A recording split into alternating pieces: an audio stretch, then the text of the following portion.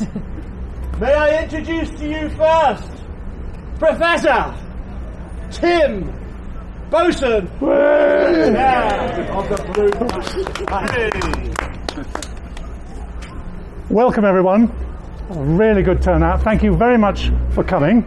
I'm Tim Boatswain, even a professor, who's chair of the Blue Plaques group. Now we're entirely voluntary. Some of you know what I'm going to say now. We're entirely voluntary and we're always looking for sponsorship. We represent a wide set of organisations. Some people said when we were set up in 2019, this is going to be easy, isn't it? You just put a blue plaque up on a building.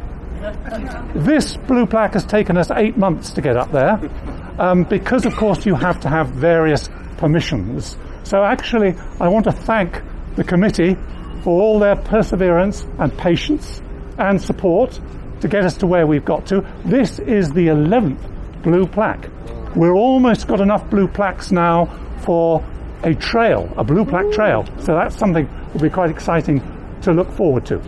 Now, we're really pleased about this particular blue plaque for Betty Entwistle. And just before I start introducing her, how many people here knew Betty? About 4. I know Mick did, because he's done 40 years at the arena. Is Terry Hill here? I know Terry. There's Terry. And Terry, you knew Albert Moody, who worked, of course, for Betty Entwistle. So there's still a nice connection. And the gentleman here, did you work for Betty? No, but you knew her. Yeah. So it's really nice, because generally, of course, with blue plaques, you can't put a blue plaque up under our criteria until they've been dead for 20 years. And then, of course, their friends and relatives slip away. Now, I've learnt a lot with blue plaques, and I've learnt a lot about the Entwistles. Now, I thought Entwistle was a good Lancashire name. And in fact, when I was a child, and my parents lived near Manchester, we went to Entwistle and had a look at Entwistle. And there's a lovely reservoir there. But actually, Entwistle comes from France as a Norman. And there was a character called Sir Bertine Entwistle, who was the Viceroy, or Viscount, I should say, of Brickbeck in Normandy, and probably born in Lancashire, but not clear, but came over with William the Conqueror, probably born, went back, held on to his fief for a little while, he was actually at Agincourt, 1415, fighting for Henry V. And then, in 1450, the French took back Normandy, and he had to come back to England. And then the poor chap got entangled in the War of the Roses. 1455, as you will all know, the First Battle of St. Albans. He came to St. Albans on the Lancastrian side and got killed. And he's buried at St. Peter's Church, and a nice brass rubbing was done, sadly destroyed in the fire there. What I haven't asked Martin, the vicar, yet is whether they've discovered his tomb under the floor, because it should be there somewhere. So the Entwistles are really interesting people, which I hadn't realised. Now, we don't know the relationship with Betty. But Betty, of course, came from that area, though not actually Entwistle itself. She was born very close to it. And she came down south from Poulton-le-Fide, where she had been a town clerk, working there as assistant town clerk. Interesting enough, my brother was the chief executive Poulton-on-File. Yeah. So six connections work all the time, don't they? Anyway, she came down here, and what did she do? She endeared herself to everybody. She seemed to be a very nice person. I'm glad we've got some people who actually knew her here. And she became the first female town clerk in England. And then, when the council became the city and district council, she became the CEO. Now, it was really easy thinking about who can we get to be the guest of honour to install the blue plaque. And it had to be, of course, our wonderful MP, Daisy Cooper. And I'm delighted to introduce her. Thank you so much for coming. Thank you. Some of you may wonder why we've also got the mayor here, but he is a well-known gatecrasher, and he's gatecrashing this meeting, and he will explain later why he's here. But I'm now going to hand it over for the official installation to our MP. Thank you, Daisy. Lovely. Thank you very, very much. I think this is so important. I didn't really know very much about Betty or her contribution until Tim contacted me, and I was absolutely astonished. I mean, firstly, I think it's just remarkable that there wasn't even a female town clerk until 1960. I mean, it's extraordinary. I mean, think about that now. And the reason I was so delighted to be here and delighted to accept the invitation was because I really believe that representation matters, whether it's elected councillors or whether it's the officials running our public services. I'm a strong believer that our public services should look and sound like the communities they want to represent. And I think it's fantastic that we can claim that here in St Albans we were the first place, the first city to have a town clerk who was a woman. So I just really hope, and I say a huge thank you to Blue Plaques St Albans, the entire committee, and to Tim. I really, really hope that there are little girls, also little boys, but little girls and women who stroll past and see that blue plaque and feel inspired, either to be the first woman in their sector in whatever they go on to do, or whether it's they decide, actually, I want to make a contribution to civic and political life, either here in St Albans or somewhere else in the country. That's why this blue plaque really, really matters. So thank you very much again. I'm delighted to be here and to take part in the official unveiling of our blue plaque. Thank you very much, Daisy. Our town crier now feels it is absolute duty to introduce our wonderful mayor, Councillor Anthony Rowlands, and I'm going to give him the order of the microphone.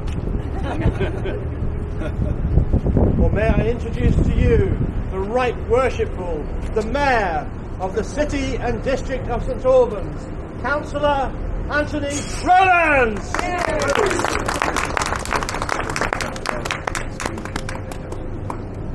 I've been switched off, which may be intentional. Tim, Daisy, ladies and gentlemen, it's an absolute pleasure to be here. It's also actually slightly nostalgic because my first meeting with the then Chief Executive, Reg Braddon, of the District Council in 1986, when I'd just been elected, was in this building. So I've held an official meeting, as it were. As I recall, he did not wear his barrister's robes on that particular occasion. I just really wanted to say two things. I move into the area of history, and I do so looking around, knowing that there are experts before me. So I do it with a degree of trepidation. But as many of you know, one of our themes is promoting the history. And this is yet another fantastic example of what's been achieved, Tim, by you and by your colleagues. And it's pertinent in a way because partly for the reason that Daisy has alluded to about Betty, but also we're approaching within a month or so the 50th anniversary of the District Council. And the District Council emerged from a report that was a report that in turn came out of something called the Royal Commission on Local Government under Lord Redcliffe Maud. And the district was an amalgamation of the municipal borough, the urban district of Harpenden, and part of the rural district of St Albans. I happen to know a bit about this. I wasn't here at the time. I was on my native Isle of Wight. What happened here was quite controversial.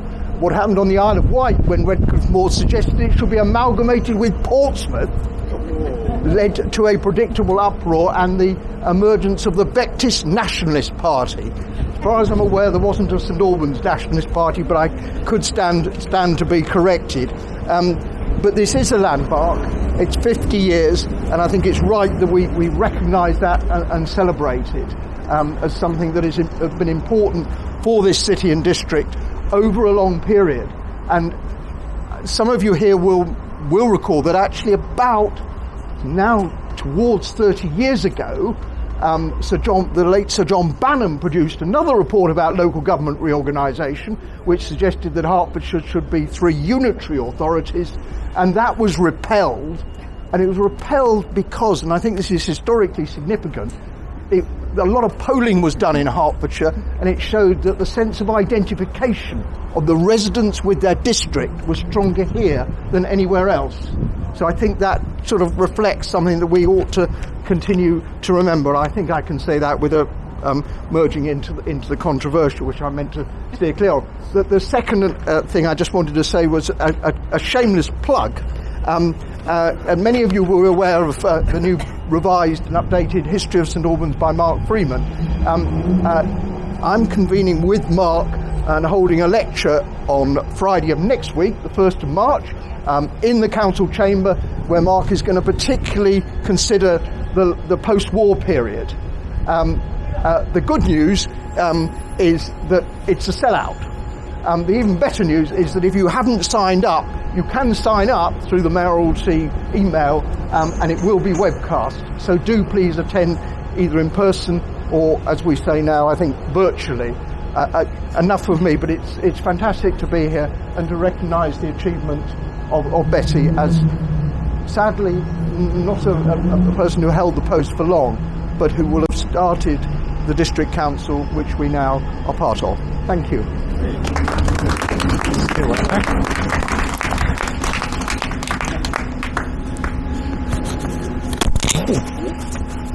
I think I'll just hold it just in case. Is it working right? So I don't break it.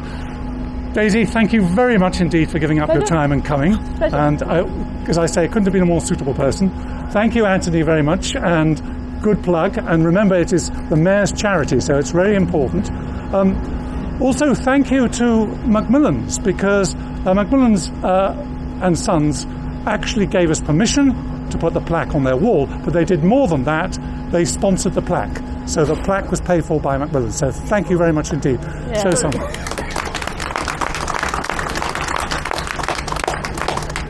Now, before you all go, and thank you all very much for coming, there's one more thing I want to say, which is poor Betty, she died 47 in 4 York Road, very unexpectedly.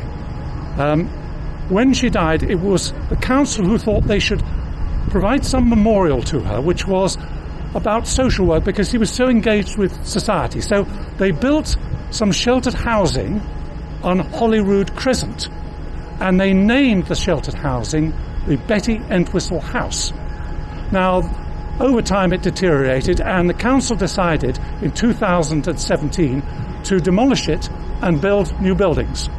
And it's now called Airwood House. Very nicely done. However, outside there was a lovely tree. And of course they felled the tree.